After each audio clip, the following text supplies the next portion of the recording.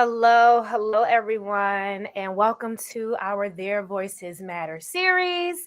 Um, January was so great. We had parents on sharing their special education journey, and just their experiences and just experience with their children. Getting support and resources for their children. That I thought we might as well have special education educators.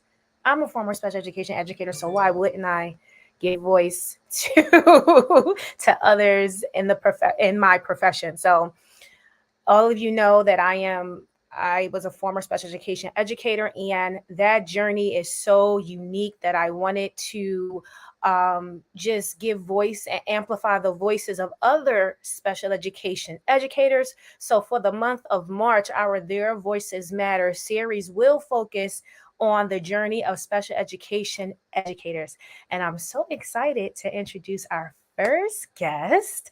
She is from Buffalo, New York. She's a former special education educator turned consultant, and I'm gonna bring her in. So everyone, please welcome Jessica. And Jessica, tell everybody where you are, who you are, where you are from, so that way they can connect with you.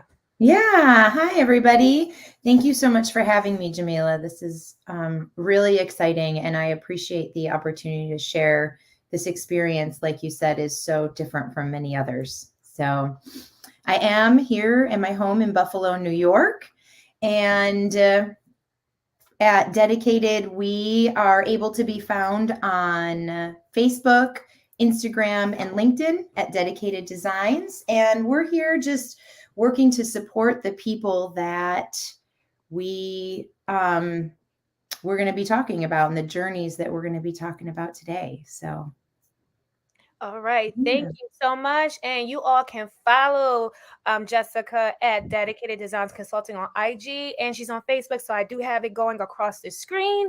So as we're going through just this conversation, you all can connect with her. And we're just going to jump right on into it. I'm so excited. And welcome everyone that's coming in. If you have any questions, people in the audience, feel free to put in the comments. So when we get to that part, we can definitely, ask the question. So I don't want you to think I'm ignoring you. I'm not. Walaikum assalam, Nashia. Thank you so much for being on with us. All right. So let's just start off. How did you get into the field of special education? That's always a nice starter question. Like, how did you get into special education? Well, my journey into special education is kind of a funny one, Jamila, because actually my whole life swore I was never going to be a teacher. Never, ever, ever. I was going to own a high rise in Vegas and serve all the rich, wealthy, famous people. Clearly, that's not what happened. So, my husband and I ended up moving to Arizona for a short time. And this was right after September 11th. And I've always been great with kids. So I got a job working with Head Start. And that was easy. It was close. I didn't have to pay the bills. I was graced that he was paying the bills and I could, buy the food and do the little things. So there was the little boy there. His name was Celestino Alejandro. And every time we had to correct him, he would swear at us and run away. And I fell in love. And one day I had to correct him. Now, this was before, I hadn't gone to school. I hadn't been, I had a few college classes, but nothing in education or anything yet. So one day when I was correcting him, he did not swear at me. And it was in that moment that I said, I have no idea what has happened here, but these are the kids I want to work with. So, that's a that's a nice that's a nice. yep. And so the journey begins. So you had one of the things you said to me is, did you choose special education or did it choose you? Pretty sure it chose me. It I chose think me. I feel like it's Yep. a lot of people because I had no desire ever in life, ever. to go into education, period. But like I would say for me, it was my little sister. I had no Mhm. desire to do it, to go into it. And I just felt like, well, she needs quality educators, you know what I mean? Quality Mm. educators of color. So that's one of the main reasons I went into it, because I feel like with special education, it has to be something you're passionate about, something that you love, because we in special you deal with so many different students, different backgrounds, different needs, and Mhm. you have to have a certain level of heart, a certain level of tolerance, a certain level of patience to do this role, because so much comes with it. You're not just teaching, Yeah. so much comes with it, and there are plenty of times you have to say tomorrow is a new day, Yep. period. And leave it at the door, And right? leave it at the door. And It's so true. it So is. And you know what, Jamila? I think along with that, those other level of things that you have to have that you noted there, I would even add another level of love, right? Like another level of self sacrifice, another level of saying, okay, I'm going to look at you and I'm going to understand that the reason you said this thing or the reason that you did this thing, it's not about me, right? And not taking those things personally. And that's a challenge and a skill to be learned. I'm so sorry about the dog in the background. I think, I don't know, somebody's probably delivering something to a neighbor. but yeah, yeah, like you said, it's a certain it's I can't really explain it, but it's it's just it has to, you have to have some type of connection to this work to want to do it. Like it really does. And oftentimes it's like it's rare you get people, yes, I always wanted to do this, but other people, it's like actually it chose me. It was just a Mhm. calling that was on me that I had to do. So, how long have you been in special education, worked in special education, different I know you worked different roles in special education, but, how long have you been working in this field? Um, Not counting the Head Start experience that I had, that would add another year or so to it, but it's been about 21 years. That's a long time. That's a It's long a time. long So time. that's a long time. So what would you say being in special education as long as you have, what would you say is a misunderstanding that people Mhm. have about special education? A misunderstanding that the general public Yes. has about Yes. special education. Ooh, one misunderstanding that the general public has about special education. Well, I think the thing for me that was always the hardest was when I would take the kids out in public and they wouldn't behave in the socially appropriate manner or the way that somebody perceives that they should be behaving. Um, and then I think the public doesn't know, they don't know how to respond. They're not necessarily in general educated about what that looks like and what might be happening. I mean, I've had men come up and yell at me because Mm, children are tantruming. I've had people be incredibly rude to us. Um, and so that's actually one of the things that I'm passionate about is figuring out a way. And I don't know the how for this quite yet. And I don't think I'm necessarily um, at that point in my business journey to be able to take this on per se. So I just enjoy having these kind of conversations. It's how I'm doing it now, but helping the general public to understand that just because a child might look quote unquote typical or normal or yeah. whatever, which I hate that term and phrase anyways, um, doesn't mean that they're going to process the same and have the same actions and reactions. Yeah, I think, I think that whole, first of all, I hate the term normal. I hate that because I'm like, who's normal? Who's normal and what's Um, normal and who but gets to decide? yeah, and I think people's reaction too is immediately, oh my God, you have no control. You have no management. You can't control that kid. Cause like you see people do that to parents, you know what I mean? And they're Mhm, not always mindful that, oh, this child could be stemming. This child could be overstimulated. This mhm, child, like it may not always be a I'm not getting what I want and I'm having a tantrum. It may not mhm, always be that. They could be uncomfortable, and that is their mhm, way of responding, or something happened to them, you know what I mean?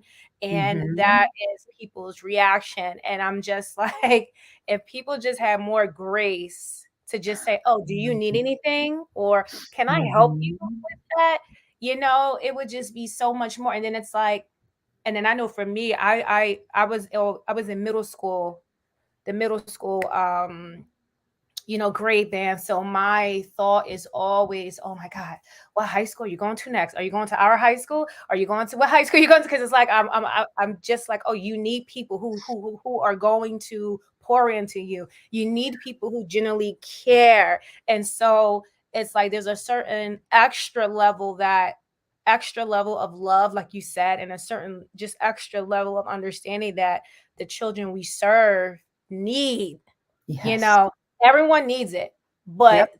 the population that we serve, they need an extra layer of it, because, Mhm, and this was something that I have told my little sister a few times. I said, you know, I said, no one's going to care that you have mhm. this. No one is going to care. We care, but no Right. one else is going to care.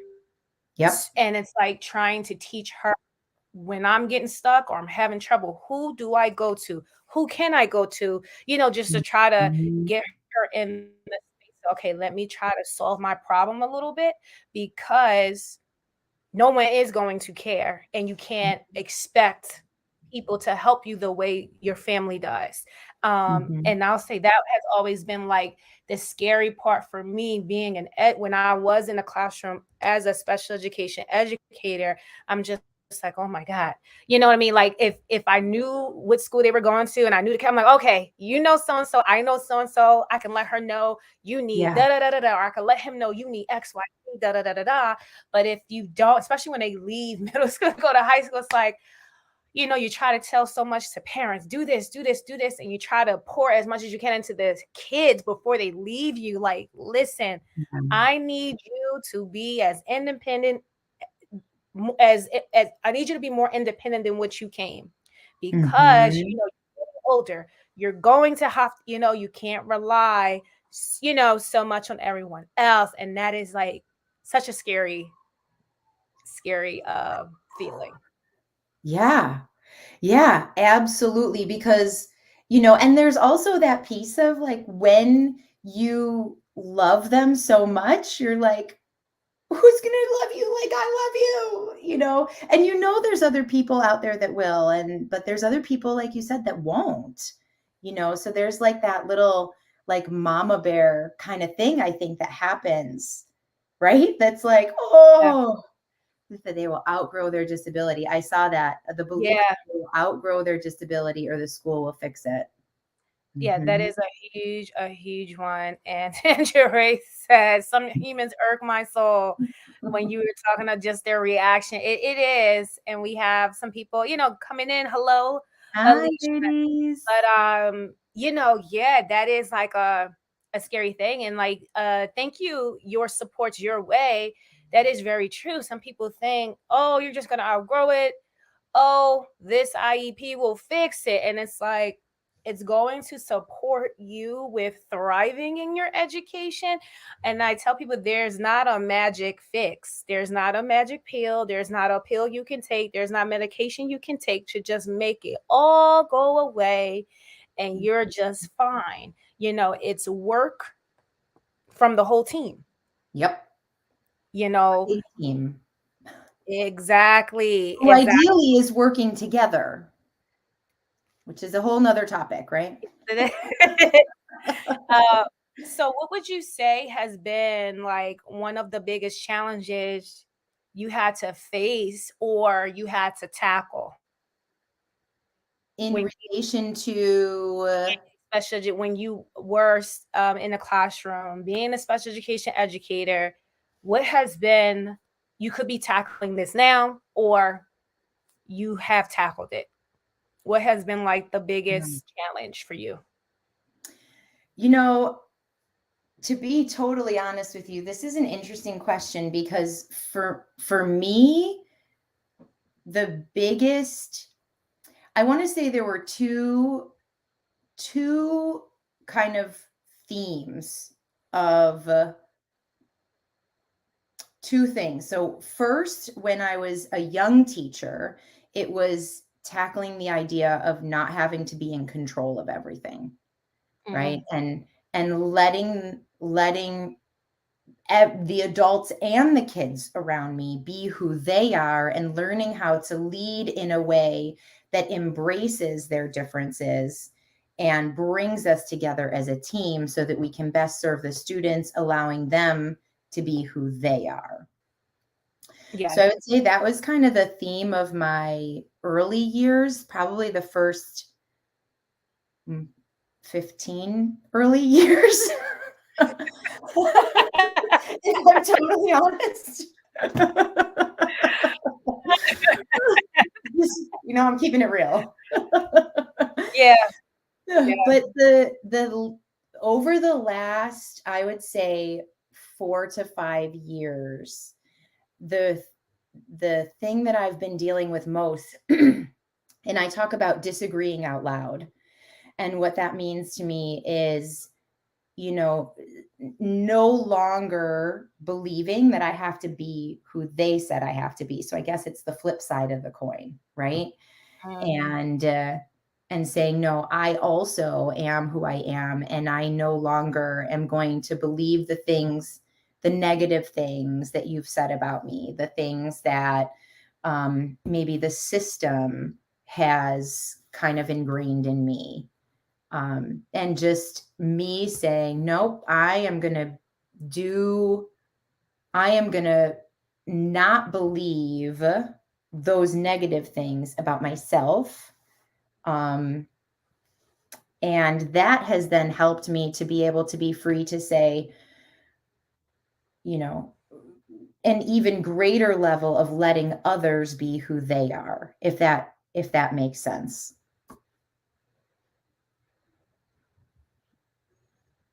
Are you there? Oh, I think we lost you for a minute, Jessica. Hold on, because I can hear you. All right. I see you. I All see right, say you. something, Jessica. Okay, you're good. Hear me? We back? All right. There we go.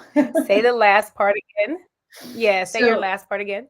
sure. So the idea of disagreeing out loud has really helped me to embrace more of who I am and be free in my own way of functioning, which has then actually ultimately helped me to be able to support others in a greater level. So really it's been about honestly dealing with the adults around me, right? And how do I love you when you're mad at me?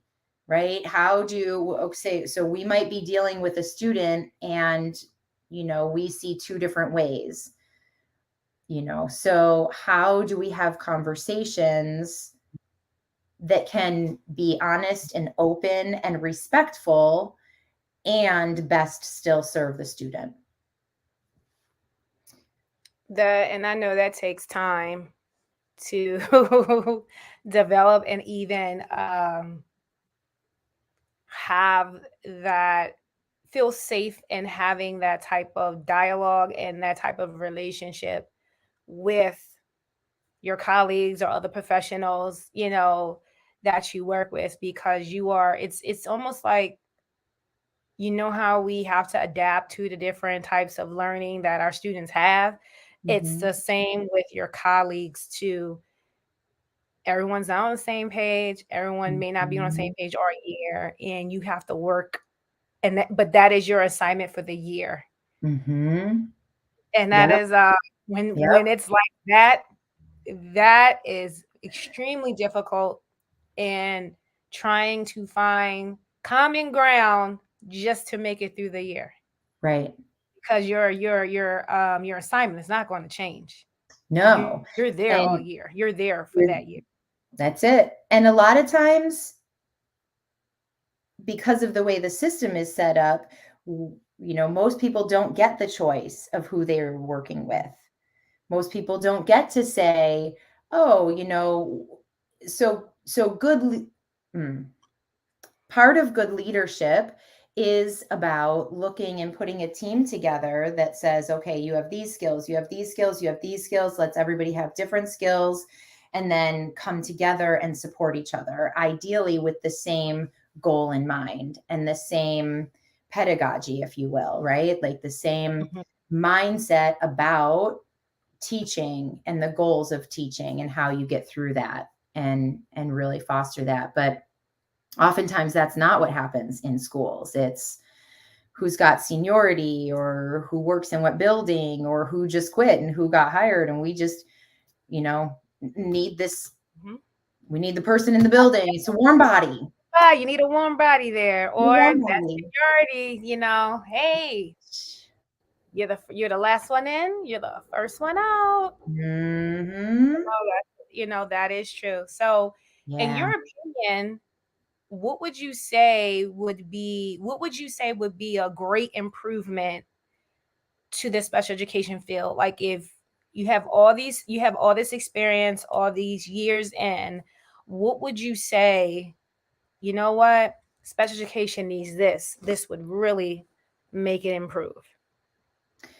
Jamila, I really think that if we took better care of our staff, that would make a world of difference. It's interesting that you asked me this right now because I took my nephew to brunch this morning. And we were just talking about he's a senior or he's a junior in high school. And, we were just talking about life and this and that. And of course, school came up.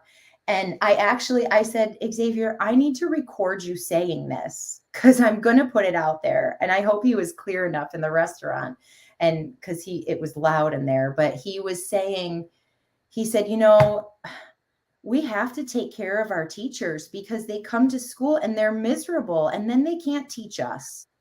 Oh, wow. I was like, From the and I student. didn't prompt that. I wasn't like, we weren't, that was just, he's just talking. And Hmm. I said, so what happens when your teachers are miserable? He said, the whole class is miserable. He said, I can't learn like that. And he's not in special ed classes. So Mm. imagine how much more difficult, A special right? education class with a musical teacher. Whoa. Right. Hmm. And so really that has been something that I did not come into consulting thinking I would be talking about this. But Mhm. I'm on this kind of healing journey myself right now. And so what I'm seeing is the importance of taking care of ourselves and taking care of others so that you can go, because the amount of output that we have to give, that's not going to change. There's Mhm. so much required of us emotionally, physically, mentally, even and spiritually. Mhm. So to be able to give, you can't give from an empty cup. You cannot. And just thinking of how often we push ourselves past even being on E. Right. And especially depending on where you work, where you're teaching, it's like some places will suck all that you have. They will take all the passion that you have, and then sometimes it's just like, gimme, gimme, gimme, gimme, gimme. That's exactly what it feels like. And Mhm. then it stifles your growth, it stifles your creativity that you have for your field, and that you just have in your space, to the Mhm. point you go to burnout. Because once you're at burnout, you're done. There is no, oh, I got another. No, there is. I'm done. I can't be here no more because I Mhm. can't take it anymore. And being being a consultant in the beginning, my focus was just like parents, but then I was like, I gotta switch to teach. Not that I just gave up on parents, but I'm like, Mhm. teachers need so much. And it's like everyone isn't cognizant of what a teacher actually needs, especially if you're not coming from the Mhm. classroom and you have Mhm. not been there, done that. You don't know. You Nope. don't really know. So the fact that she said that and the fact that your nephew said that, it shows that this is really a major issue across education. Like, on top of just teachers not being paid enough, Right. you have a student telling you my teacher or some of my teachers are miserable, and it's hard for them to teach when they're miserable, because when you're the teacher, when you're in your space, your kids feed off of your energy. Mhm. They feed off of Yep. you. They know when you're like, I was in a school the other day last week, and one student came up to me. She's like, Miss Fisher, are you okay? You look so upset and sad. And it wasn't that Mhm. anything was just making me sad. I was uncomfortable. I was just in a little bit of discomfort. So it really, my emotions show on my face. So she was like, Mhm. and then I told her what was wrong. She said, oh, Miss Bashir, I hope you feel better. She gave me a hug, and this is Aw. not a student that is in around me a lot. She Wow. passed by, like, I know her name. She, we know each other, so I always speak to her. If she needs something, she knows she can come to my office or something. But the fact that she stared at me long enough to notice it was Mhm. something else, and then one student heard me say that I was craving chocolate, right? Craving Mhm. chocolate. She went to the store, or when she came to school the next day, she brought me a Snickers and a Twix because I was craving chocolate. Oh.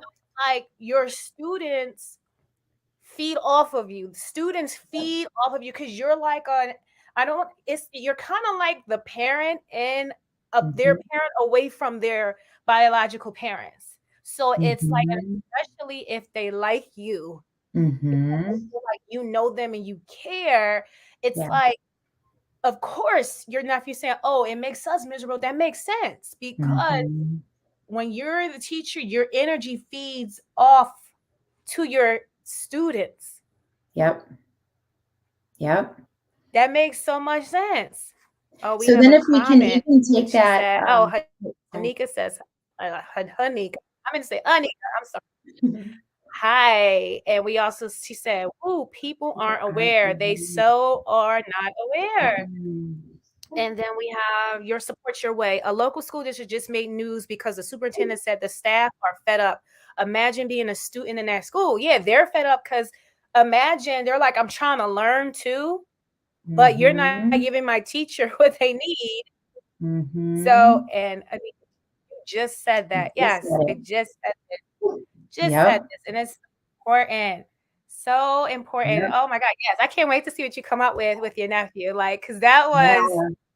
I told him, my I said, "Zay, you're gonna have to come on some lives with me." He's like, "All right, I want that would to." be great. I think that would be a great series, like having students come on, like a one with students, Yeah. hear directly from students their experience. And they can tell you firsthand what they see. Because you know how teachers are in a classroom, but students are all over the school. And Mhm. students are nosy too. So Mm. they Mhm. want to, they know so much more. But it's They like, sure that would do. be a great series. That would Yeah, be it great. would. That would be It great. sure would. All right. But before we move from this real quick, if you don't mind, I if we take this and say, okay, so now you have all these teachers that aren't getting what they need, aren't taking care of themselves, are frustrated, are burned out, and now they all have to work together, right? So now you have, 6 or 7 burned out, stressed out, exhausted adults trying to communicate different perceptions and different ways of thinking and different ways of being and doing and worldviews all together in the same room. That's what I'm disagreeing out loud about. Uh-oh, did we freeze again? say that Oh, last part there we again go. a little bit. Say that last part again. I said, Okay, what say the am last part one more time. Because you said about, like if you when you have about teachers, like what uh-oh, are you gone again? Are you there again, go Jamila? ahead. Go ahead. Okay, okay. So yeah, I just see you. imagine. I Okay, hear you. perfect. Trying to be successful with 6 or 7, and if you're not sure what team members I'm talking about, you've got the counselor, the OT, the PT, the speech, the vision, the hearing. Sometimes you have your specials teachers in there, the special ed teacher, the co-teacher, the classroom assistants, and everybody's exhausted and everybody's burned out and nobody feels appreciated by the school. Now you put them all together and you try to get them to work together. People who might normally really get along and enjoy each other don't have a lot to give even to each other. So Hmm. I Yeah, think and then I would even say there, like, go ahead, Jessica. I think that's the part that makes me the most angry. That's all. Yeah, and yeah, and I would say that, and to build off of that too is okay. So what's the plan here? You know, you Mhm. have teachers burnt out, tired, stressed. So where do we go from here, so to speak? Mhm. Like, what are we doing for them? What are we doing to help them get a space where it's their work again?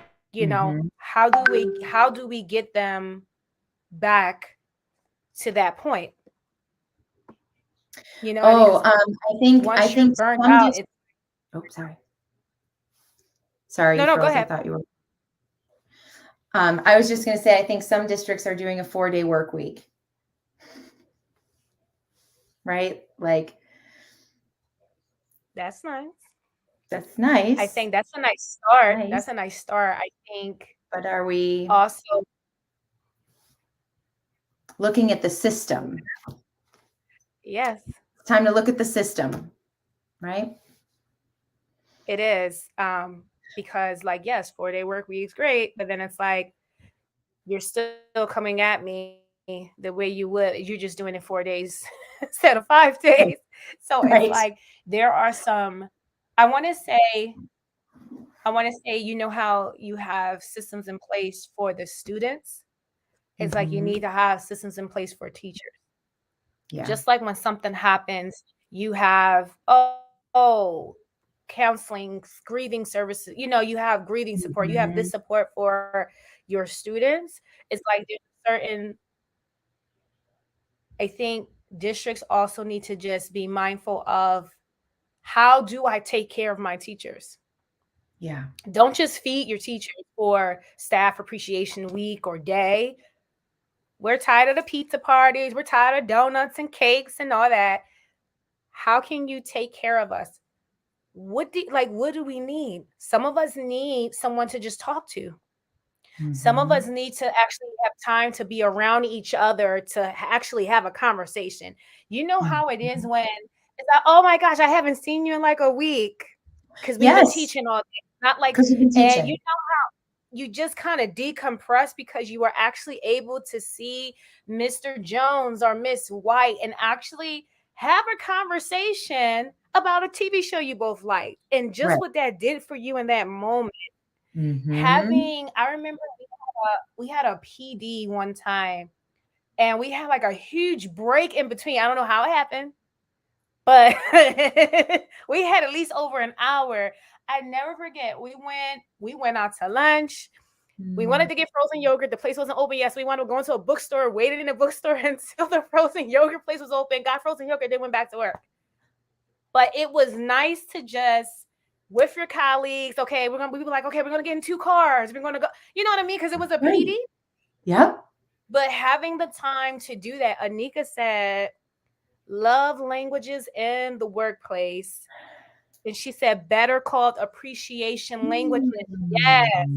I Mm. think that is a I love great, that. great point there, Anika, because I think it's like just that what that does for each other. I want to, and then even doing some things like doing something creative. We had a what do you call it, paint and sip or something. We did one of Ooh, those at the school, yeah. and it's just not you're painting, and but you're just talking with your colleague, but it's Yep. something to just take your mind off of things. It's something that just allows you to decompress.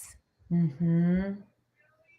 And I feel like just like you know how they're making sensory rooms in schools, I Mm-hmm. feel like they need it for adults too in Mm. the space. You know how you just laying on a swing and just swing like I'm serious, I'm so serious, or just Yep. sitting in a beanbag, Yep.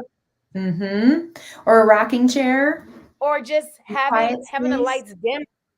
Mm-hmm. Yes, like Yep. things like that. Or hey, you might like to crochet. Just you're sitting, you know, just doing something like that.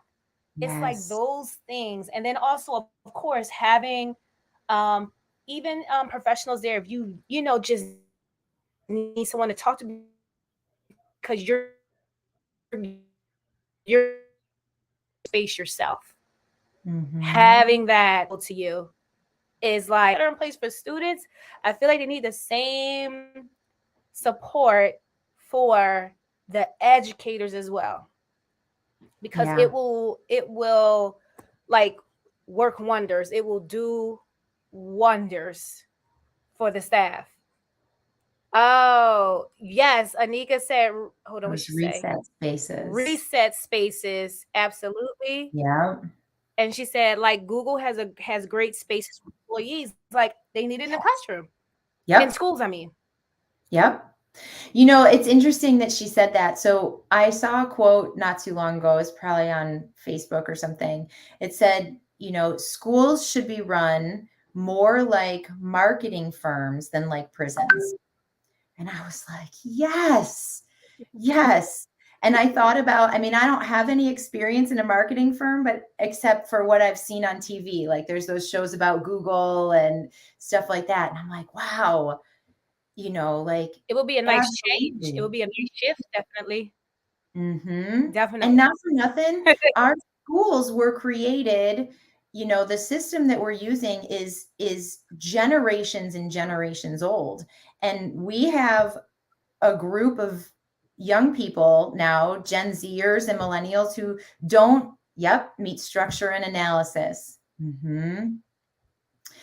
Our young people now don't buy into what that system is anymore.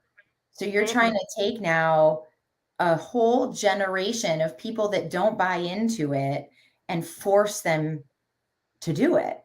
Hmm. It's not working It's not, for and anybody. it's like every other profession has had so many advancements, and it's like what has special education had? What type of advancements has special education had? I'll say, okay, you took us out the basement, you brought us upstairs, but then also it's like, do you? And I just had this conversation with someone. Do you really want inclusivity in your school? Do you really want that? Do you really like? Do you really understand what that entails to have inclusive learning environments? And you know, as much as people say they do, actions show different. Exactly. And it's not just it's one of those you know when you were like interviewing for a teacher position, you was like, okay, make sure I say differentiated instruction, make Yes. sure I say these things.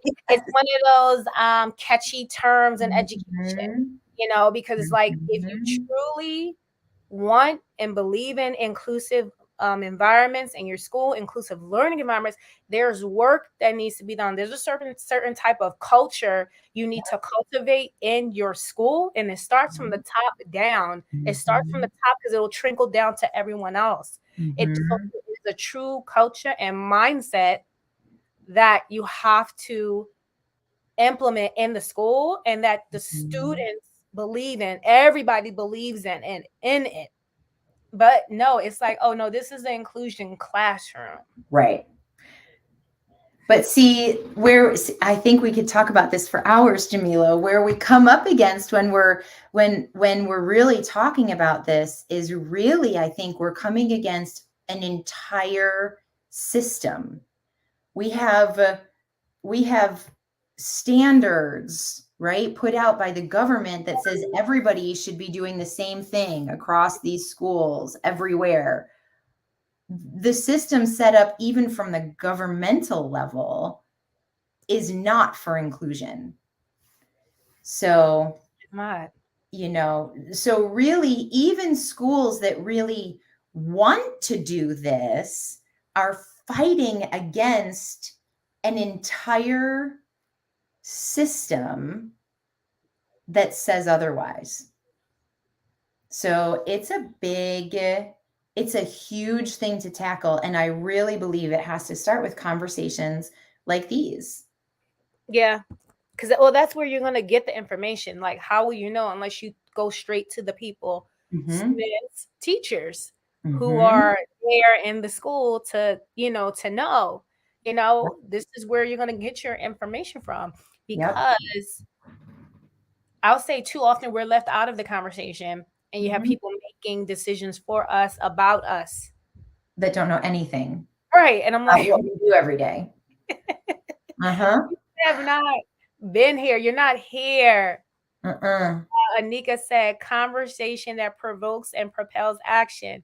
Absolutely. And I Yes. want to say that has been the trend for years. It's like, oh, teachers need da da da da da. But it's like, how about you pull us into the conversation? How about you pull the students into Mhm. we can tell you is it I feel like the solutions to the problems that plague education, there is a solution, but you want to Mhm. keep putting a band-aid on it. Yep. You want to keep putting a band-aid on it. And I'm like, and Anika said, the legislation that haven't set a toe in a class, absolutely. Or they have been so far removed from the Mhm. classroom. It's like your mindset is way, way back in the days. Mhm. Not even up to date with what's going on. Yep. Mm-mm-mm. Yep. So, what is one thing you wish you knew? I'll say back when you're starting Mhm. out that you know now. What do you wish you knew then that Hmm. you know now? Hmm. I only get one thing. You can share more. All right. Well, I think I'm going to start with boundaries. Set the boundaries. Don't feel bad about it. Teachers, so many new teachers, myself included back in the day, have this, almost martyr or like I have to be the hero kind of mindset. And oh, this mom needs me. So I have to answer her at 8 o'clock at night because I'm the only one that can help. No, you're not. No, you're absolutely not. The kid's in sixth grade. What has this mom done Wait with till the this morning. child for all these years? You are not, but Oh. so, the boundaries piece. And I think if I could just squeak one more in there, it's, it's not about you. Meaning, right? Like so we just talked about you have to take care of yourself, but other behaviors from other people, students, parents, it's not about you. They're not. Now, you may have made a mistake. You may have done something wrong because we're human, right? And we have to have those conversations. But generally speaking, by the time a student arrives in a self contained or sometimes even an inclusion classroom, there has been a lot of trauma and a lot of drama that has gone on for the student and for the parents. So, Jamila, I've always worked in what we call in New York self-contained classrooms. Mhm. These are The more six. restrictive classrooms. Yep, the most restrictive. Yep, and by the time they get to us, these parents they're mad and they've been treated poorly, and they have every right I mean, we all have a right to our feelings, but it's very understandable where they're at. So when they come at you and they're like, well, you're going to blah, blah, blah, it's not about you, Mm-hmm. right? So set your boundaries and be honest and earn their trust. But while you're doing that, remember, you're doing the best that you can do. They're doing the best that they can do. And don't take those things personally. Yeah, that is very true. That's a great piece of advice, because you have parents. What I had to learn was you have no idea the fight parents had to do to get the services and support that they have. So they are fighting to keep them. Yep. They want to keep them at all costs. Yep. And that was something, a different level that I had to understand. And then I had to approach them differently. Once Yeah. I learned that, it's like, oh, just coming at them in a different way, especially when a student is progressing and you need to decrease the amount of support. Mhm. Because they've always had to fight. They haven't been there before where it's like, oh, there is progress. All Yeah. I've ever heard was problems. Mm-hmm. So that is Mm-hmm. a great, great piece. So someone who is starting out, first year special education teacher, first year in education, what advice, it could be more than one, what advice would you give them? They are starting out a new special education teacher. And I want to say in like the charter school world, they may call them ICT teachers. Mm-hmm. What advice would you give them? You know what? Shockingly enough, Jamila, I have one word that I think covers a lot of these things. And that word is relationships. Form relationships, get really good at forming relationships. That is something I believe college tries to teach, but really, for the most part, isn't really, it's not a strong suit of college. College is really good at forming a foundation and a lot of things, but the relational piece of education, I think teachers are very shocked at when they come in. And one of the things I put on my social media periodically is that relationships will will solve a lot of problems that behavior management couldn't even dream of. Mm-hmm. So being relational, I think it helps with the adults, it helps with the parents, it helps with the kids. Yeah, And that's a great piece. I remember when I first started out, my student teacher supervisor was like, make friends in office, make friends yes, with the custodial staff. let me hear the custodians. They run the school. She said, make friends with them. And but you Yep. know what? She was so right because well, Mhm. I'm always kind to everyone when I first, meet them and everything. And Mhm. I never get the custodial staff. It was just him. It wasn't a lot. It wasn't a big custodial staff, but anytime I called him, he came. I never had any Mhm. problems in my classroom. Things always got clean when I asked. It was just like, you know what? Just treat people with respect. Treat Yes. people with kindness and respect. And like I was the same I want to say one of the biggest I'll say advice I would give is also I never looked at anyone as beneath me. Yeah. I never looked at anyone as being beneath me. My Mhm. sheltered age, if you worked in the office, I never Yep. looked at anyone as beneath me. I always looked at people as my equal. I talk to you, we're Yep. working together. Yep. I would say that helped me a lot because there are times I went to the office, like, oh, Mr. Sure, no, no, no, come over here. And Yeah. they would help me with something. I was Yep. like, oh, I have Yep. to do whatever okay, cool. But those relationships, building relationships with in your school, the parents, the students, Mhm. Mhm. that will help you go a long way in no matter what your profession is. I think that will Yep. help you 100%. All right. So, do you have any funny overcoming stories or accomplishment stories you want to share, or just Funny. an accomplishment story, or it doesn't have to Hmm. be funny, but just an accomplishment? Okay. And ooh, I'm sure there's accomplishments that I have. All right. So I think, I don't know, Jamila, you put me on the spot with that one. You can do one because I know you're thinking of so many. All right. So an accomplishment in the school. All right. I can tell you a really funny story. That's fine. I don't know if it's an accomplishment, but it will make you laugh. Okay. So, I was in the classroom and we have a little boy. He's in second grade, nonverbal communicator, autism, and potty training. So, still in diapers, pretty much for number one and number two, right? So he's got to go and have his diaper changed. So I'm like, all right, it's my turn. We all take turns, same as you. Like, nobody's better than anybody here. Here I go. I'm changing the diaper.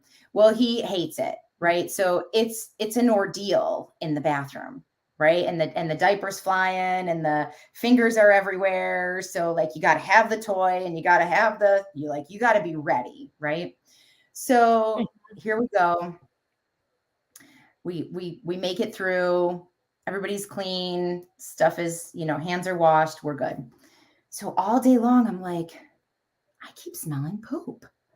Like, what the heck? So I'm smelling all the kids. I'm like, do you guys smell it? Nope, we don't smell it. I'm like, everywhere I go, I am smelling poop. Okay. So the kids leave and I'm like, I'm still smelling poop. So I'm checking the floor. I go back in the bathroom. Like, what the heck? It was on my pants.